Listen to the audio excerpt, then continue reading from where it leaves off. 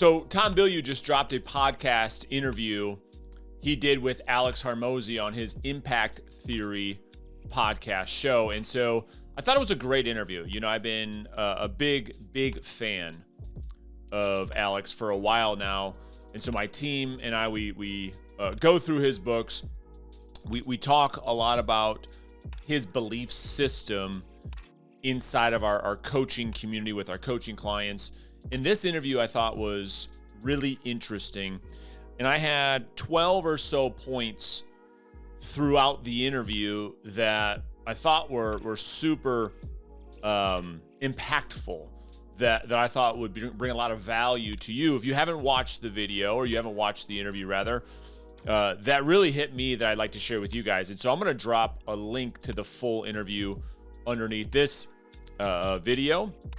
Feel free to watch it, but I'm going to go ahead and share my screen. We're going to jump into this. I'm going to play some clips from the video interview that they did, and then I will give you some thoughts. So let's jump into it and see what we can learn. And so I use something that I call the Rule of 100, which is 100 primary actions, whether that's 100 minutes of content creation per day, 100 reach outs per day, $100 of ad spend per day. Like, you have to pick one of them, but 100 per day, and you do that for 100 days, and I promise you you'll be making six figures if you do. So I couldn't agree more. You know, one of the things I talk about a lot with the real estate agents that I coach and that I train is the fact that we must be consistent for about 90 days. So Alex has his rule of 100, and it reminded me of what we talk about in real estate sales, specific, or any sales for that matter. And that is, we have to be extremely consistent with our prospecting efforts over the course of about 3 months for us to start seeing the results I think we all want. And for me, what I've always focused on for my own real estate sales business and the agents that I coach is 20, 25, 30 conversations per day, every day, 5 days a week over the course of 3 months, and you will absolutely start to see results. And so I love Alex's rule of 100. My goal, like with the learning, is like, if I can just decrease the action threshold for people to begin and be okay with the fact that they're going to suck, and it is okay to suck. You should expect to suck, and it would be unreasonable for you to be good if you haven't done it before. And so it's like, are you asking the universe to be unreasonable for you by expecting to be good on your first try? And I think that's where a lot of people, it's the expectation that destroys their ability to be successful, because they expect to win on the first shot, and no one does. So true. So one of the sayings we have in our reverse selling community is, the learning is in the doing. And we see this all the time with new salespeople getting into real estate. They have this expectation that because they've learned what to do, that when they actually do it, that automatically they somehow believe they should be good at it. And it is a constant reminder that we have to, that number one, when we're new at anything, we're just going to suck. We're going to be very bad at it. And the analogy that I give with every new real estate salesperson that gets into real estate is this. It is like riding the bike, right? And so if you're new to sales or you're new to prospecting and you pick up this phone for the first time, even though I teach you exactly what to say, I teach you the scripts, the dialogues, how to respond to every objection, learning what to do and actually doing it is very, very, very different. And so it would be like learning how to ride a bike on YouTube. You see the mechanics, but then as soon as a child then gets on the bike, what happens every time? They fall over. Every single time, because it's that feel. And so little Johnny gets on the bike and he falls over and he falls over. He scrapes his knee, and you as the parent say what? Well, Johnny, get back up, keep riding. You're holding him along. And then not long after that, little Johnny's riding. He's shaking, but he's riding it. But he's still shaking until the day comes where he's riding the bike without shaking, without falling. Then he starts riding with no hands. He's doing jumps. and all the fun stuff. But the point is, the learning's in the doing, and that our expectation of anything new should not be one that somehow, some way we can bypass sucking to being great at the very beginning. No, it takes time because the learning is, in fact, in the doing. And so I'm thinking through, like, what is it that sales is overall, right? It's structuring a conversation to increase the likelihood that the person who's on the other side gives you money. That's what it is. It's structuring that conversation that way. So here is something interesting that I see completely differently, that I think Alex comes back later in the podcast, which I'm going to show you here in just a few minutes. Maybe it's a contradiction or not. But what he said was, and I see it completely differently than what he said. He said, I see sales as structuring a conversation in a way to get the person to say yes, or get the person to give you money. I believe sales, our job as salespeople, is to help the prospect make a decision, yes or no, with absolute no bias towards yes. And what's interesting about that, and my belief on what sales is and what sales is not, it's funny because Alex comes back in a few minutes and I think rephrases what he just said that is much more in alignment with what it is that I believe. And not that what I believe is right or wrong, good or bad. It was just interesting to hear him frame it that way. I was a little shocked because normally he and I are very much so philosophically aligned.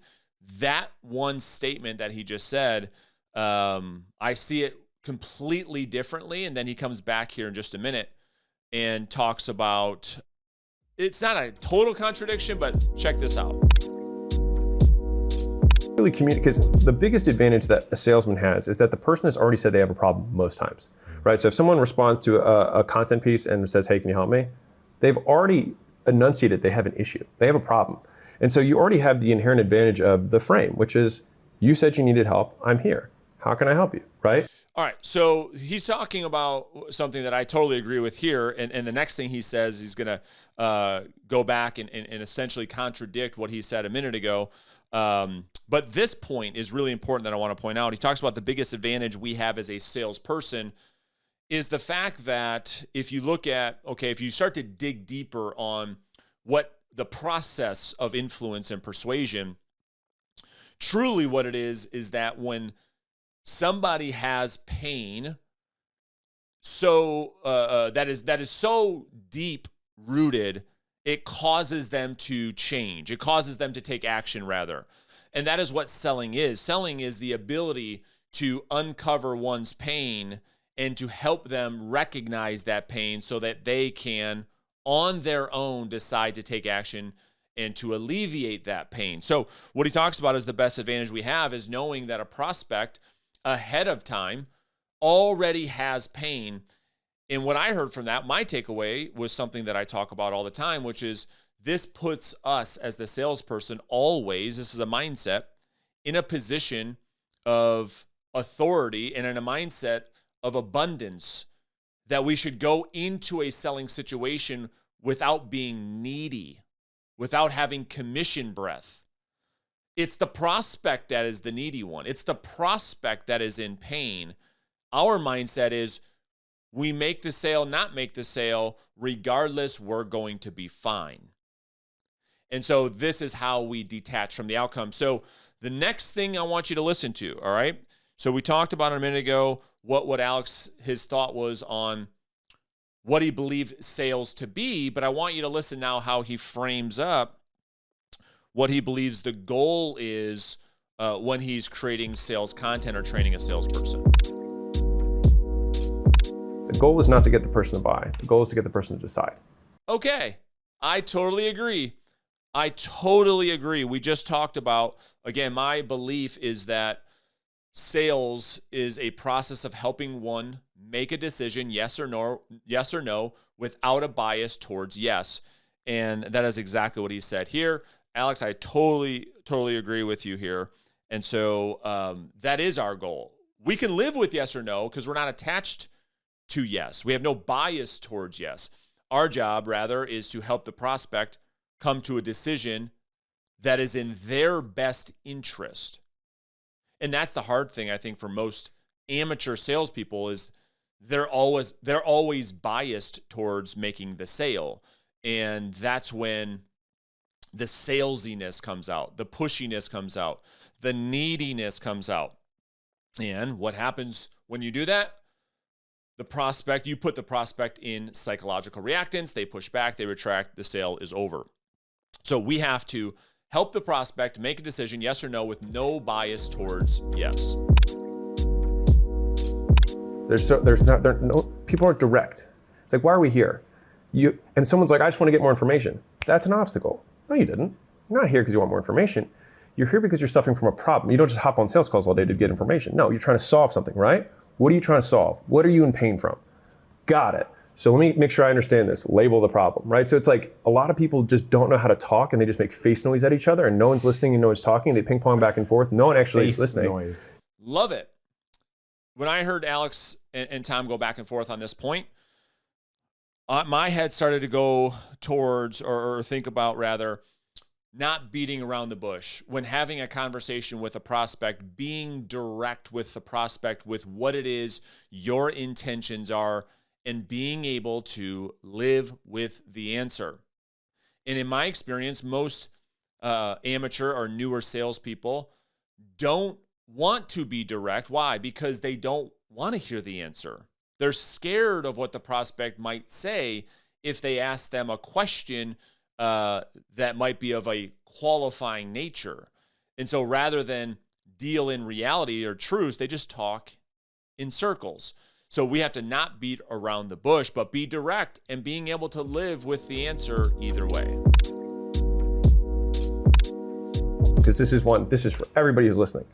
Because right now you're probably not doing something because you're like, I'm too busy. I'll start when it's convenient, whatever. If you say that as the excuse for not doing something, then there's an assumption underlying that says that if I get busy again in the future, I will stop. And so do you want the success that you want to be long-term? Yes. Then do you believe that you'll never be busy again for the rest of your life? No. So then you might as well start when you're busy so that you have the most support. Because if you learn how to do it when you're busy, when it gets quiet, you'll succeed even more. And when it gets busy again, you know how to do it because that's how you started. Right? Obstacle overcome. And then one step closer to making a decision. And so what happens is even in the obstacle process, when people are trying to sell stuff, people start from the outside in. So it's so easy to say, I don't have time. It's the easiest thing to say, I don't have time, I don't have the money, right? And then once you you show them how that's a fallacy, it's a logical fallacy, it's a distortion of reality. You peel that back, you get one layer closer to them. My wife won't let me.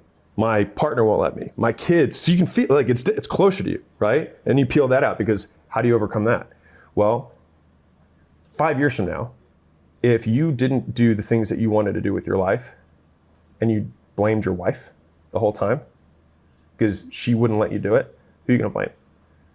Her. Is that fair for your marriage, for your relationship? What do you think?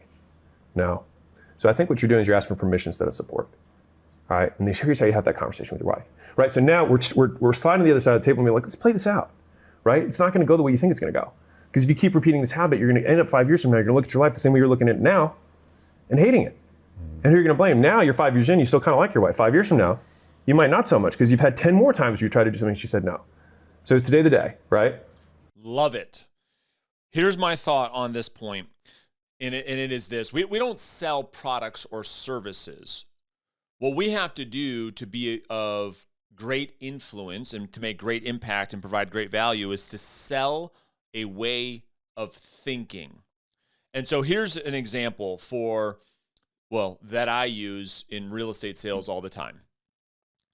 One of the biggest hurdles that real estate agents have, especially newer ones, when going out there and trying to earn listings, is having prospects push back on the commission. And the newer real estate agent takes that literally. In other words, they believe that a commission objection is about commission. And they don't understand, because they don't have enough experience, that in the absence of value, what's left? Price. And so if a prospect objects around price, and then the real estate agent that is new to sales starts to attack the commission, because that's what they believe is the real issue, where the real issue is an absence of value rather, then it becomes a race to the bottom. It becomes a prostitution ring, and the agent with the lowest commission, who commoditizes herself, ends up winning the business under false expectations, terrible terms, and working for free when that wasn't the problem in the beginning. It is a worldview, it's a way of thinking that we have to sell.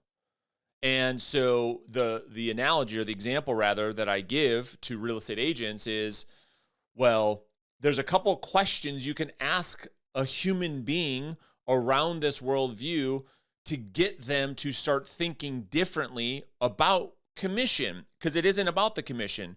Those examples might be something like this. Mr. and Mrs. Seller, let me ask you this. In your experience, has there ever been a time where you paid less for something and in return got less than what it was that you expected? In other words, is it always better for you to go with the cheapest route, right? This is a worldview, getting people to start to think. Here's another question. Mr. Prospect, Mrs. Prospect, if there was an advantage financially for you to work with a real estate agent who did not discount their commission, and that resulted in you netting more money, not less, more money in your pocket by paying more in commission, certainly that's something you'd be open-minded to at least looking at. Am I right? And so what we're doing is we're changing the worldview, because in most cases, it isn't that people value cheap, but in the absence of value, there's only price. You know, there's a big percentage of time where they're stressed and they think there's something wrong with that. And so I feel like a lot of people feel like there's something wrong with experiencing human emotions.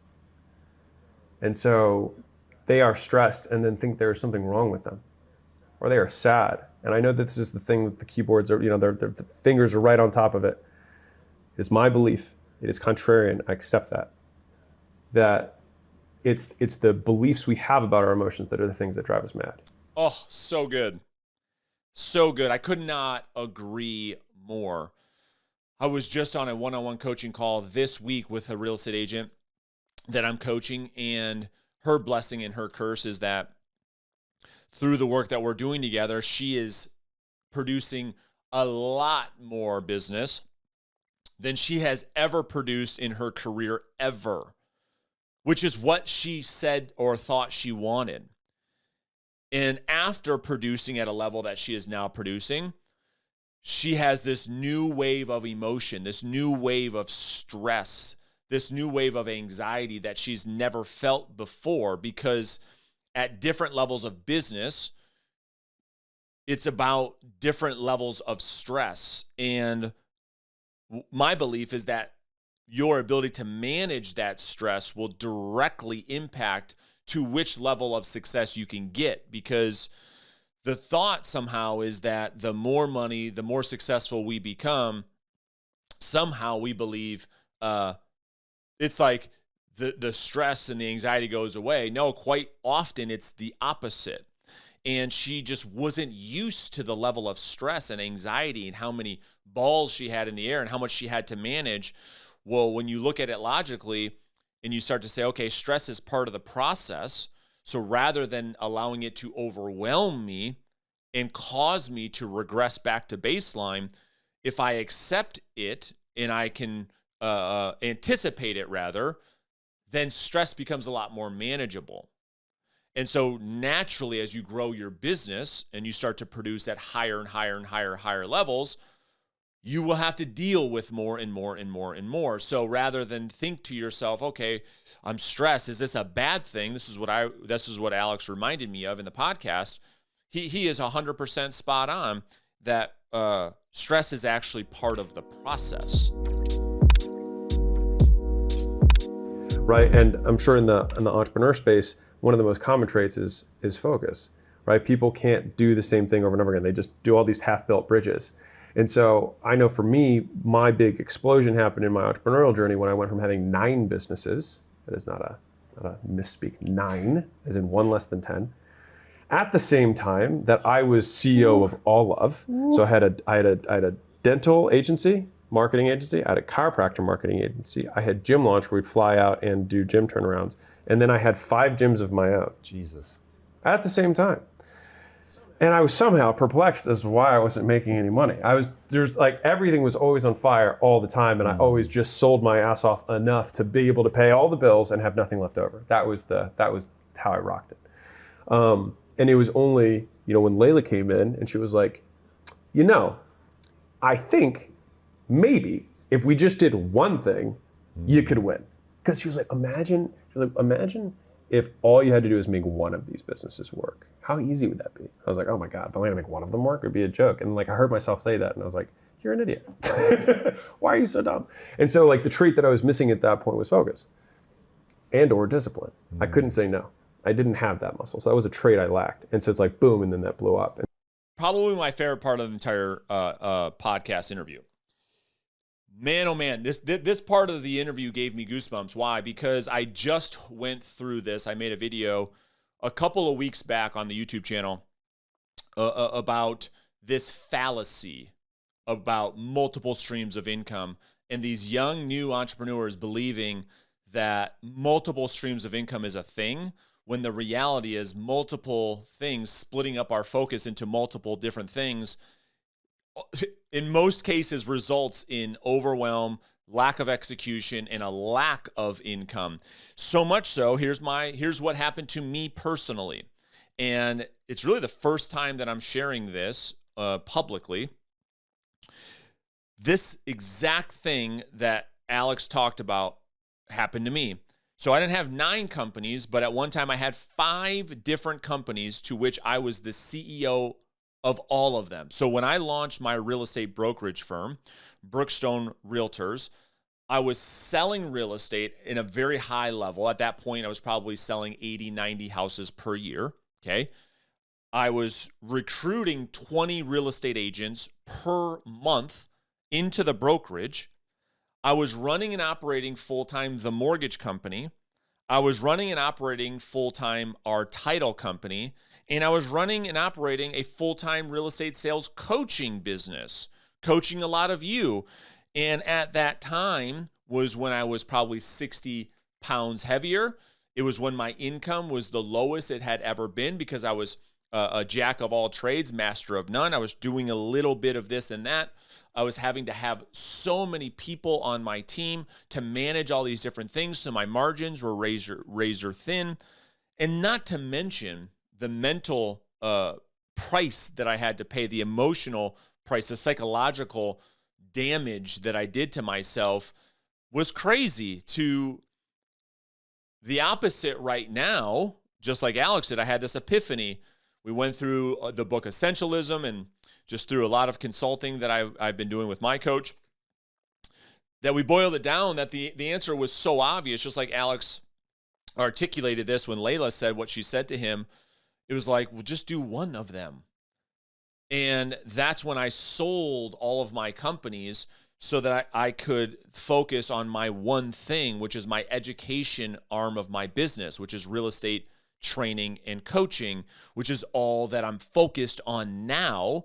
And as a byproduct, not only am I helping my coaching clients and myself, I'm actually serving the other entities where I'm no longer the CEO at a much higher level from a coaching, training, and consulting standpoint, which is what I thought I was doing in the beginning.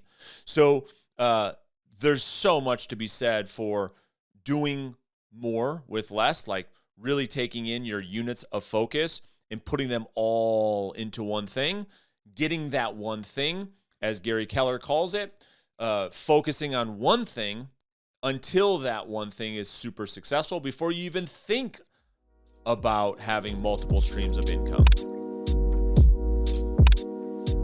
That's ultimately, I'm a big believer in the alternative education space, the whole guru space that everyone, laments and hates. I learned everything from that space. That's going to go away. There's always going to be fake people that people will be dismissive of, but we're just in a weird transitional moment now where traditional college is, people are beginning to realize, A, some of these degrees are dubious at best, and then B, and here's the thing that breaks my heart. A teacher, 99 times out of 100 has gotten good at one thing, teaching. So people are like, why don't they teach us this in high school? Finance, mindset, whatever. And I'm like, because they don't fucking know. Finally. And it's not finally, but I have been championing this cause for years. I'm talking, you guys, before I was on social media. I remember literally in high school going through Robert Kiyosaki's course, Rich Dad, Poor Dad. People just could not accept alternative education for any type of actual value. If you weren't going to an Ivy League 4-year school, you had no chance in this world. Well, boy, oh boy, oh boy. I am so glad that I took the path of alternative education through coaching, consulting, going through online courses, alternative route. I don't have any traditional education, and I've made tons of content about this one specific idea that I don't want to dive into too deep right now, but I have so many examples of the opposite, right? I know my path and the world and the life that it's given me versus the folks in my life that I love and I care about, that I can't tell you how many arguments we got into over the years around this whole traditional go to college, get a good job, societal lie that now finally Alex Hormozi and Tom Bilyeu and Warren Buffett and Elon Musk and now screaming from the mountaintops, wow, I don't know that a college education has the value that we all thought it did. Yeah, you think? I would agree. And so, and I don't want to take anything away. It's not the point of this video. My belief is that there are people that, just like Tom and Alex talked about, that are good at doing what it is that they do. And so if you have a goal of building a successful business, wouldn't it make sense to learn from somebody with a successful business? Well, in my head, I'm like, man, that's just common sense. Why is that so hard for people to wrap their head around? If you want to lose weight and get in shape, wouldn't it make sense to learn from somebody who is in shape and is fit? I don't know. Call me crazy. To me, that's just common sense. But the traditional path is like, no, go learn from this person who doesn't have any businesses. They don't know. They've never had a business. They've never hired anybody. 0 people. They've never sold anything in their life. They've never marketed anything. They have no product. They have no service. No, let's go learn from those people on how to market, how to lead, how to have businesses, how to influence and This doesn't make any sense. And so, alternative education is the space that I'm in, right? And I just think that we're just getting started in this space, quite frankly. So I was so obsessed with like positive psychology, and I was reading all these stuff and watching these TED Talks. I remember this whole period of my life, and I was constantly assessing my mood as a determination of whether I was happy or not. And it became so obsessive that I was just like, fuck all of this. I was like, I'm just gonna do shit. And that's all. I was like, I'm just gonna do shit. And hopefully it works out. And did you ever define what works out means? If it isn't happiness. Be less unhappy, I would say was my thought process, which was like, I'm just gonna do the things. And so I shifted from a lot of introspection, internal mood regulation and thinking and stuff. And I think a lot of the reason that I have the worldviews I have about, emotions and whatnot have come from this kind of initial experience. So it's like I had that, and then I just started working. And then I found myself actually looking up after, a decent period of time being like, I haven't thought about happiness in a long time.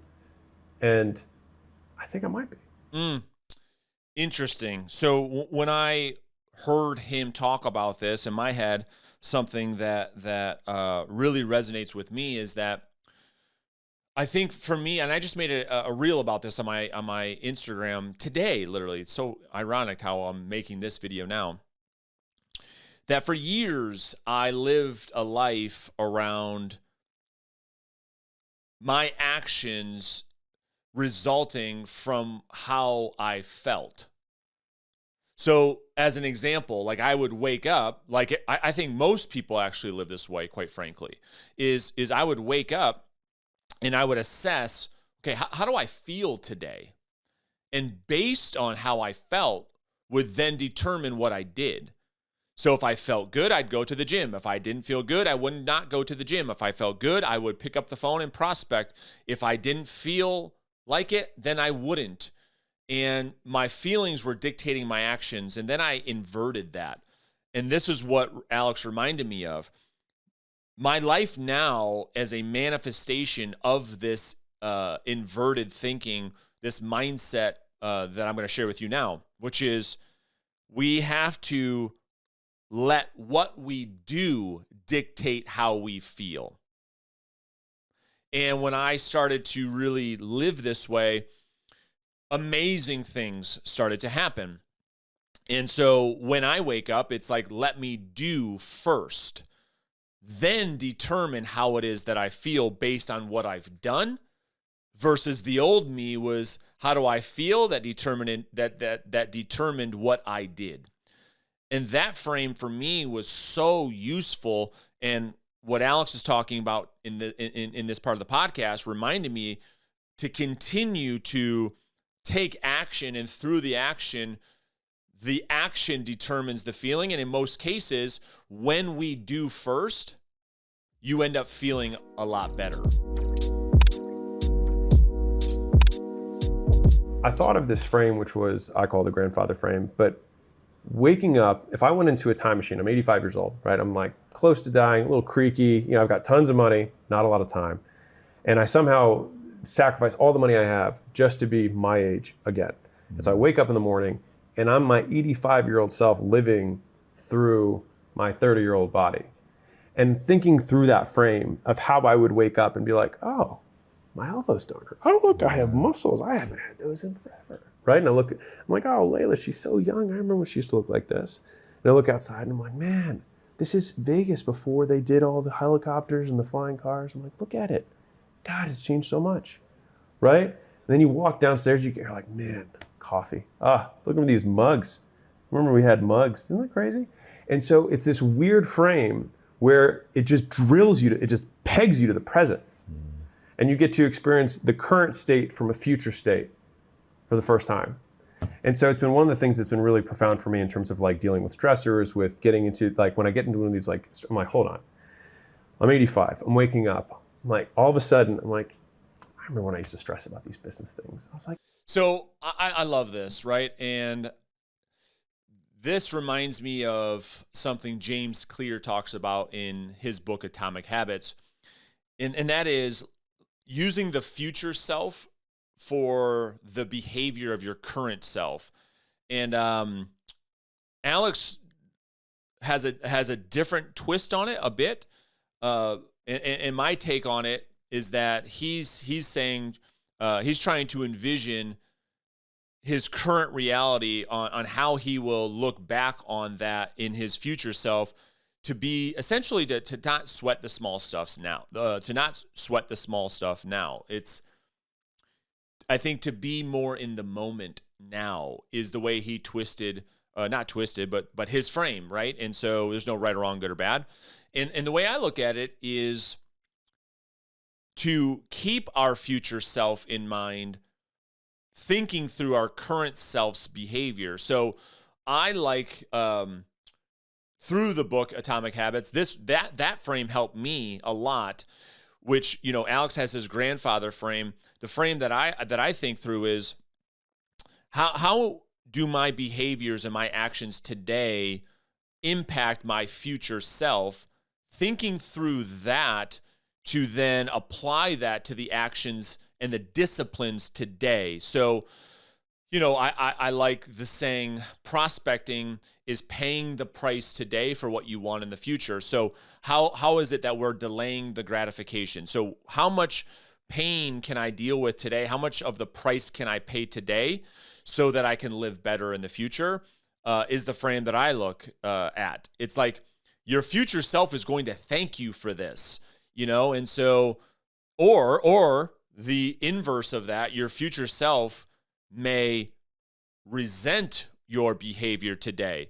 The sleeping in, the donuts, the lack of working out, the abuse with alcohol, the abuse with the lack of sleep, all of these things, although may bring you some short-term satisfaction, your future self might look back and say, holy shit, I should have behaved differently. So for me, living a be to have life has really, really been beneficial. So listen, this is my first reaction video. I am curious to get your thoughts on this type of style of video. I listen to a lot of podcasts. I listen to a lot of audiobooks. My plan is to bring my thoughts for what they're worth, more so for myself, and maybe you get value from them too, from the content in which I'm consuming. So let me know your thoughts, if this was useful at all, if it was valuable at all, and determine, I guess based on that, we can determine whether or not we do more of these or not. So like always, I do appreciate the time and attention. And if you have any questions, let me know in the comments below, and I'll see you guys in another video very soon.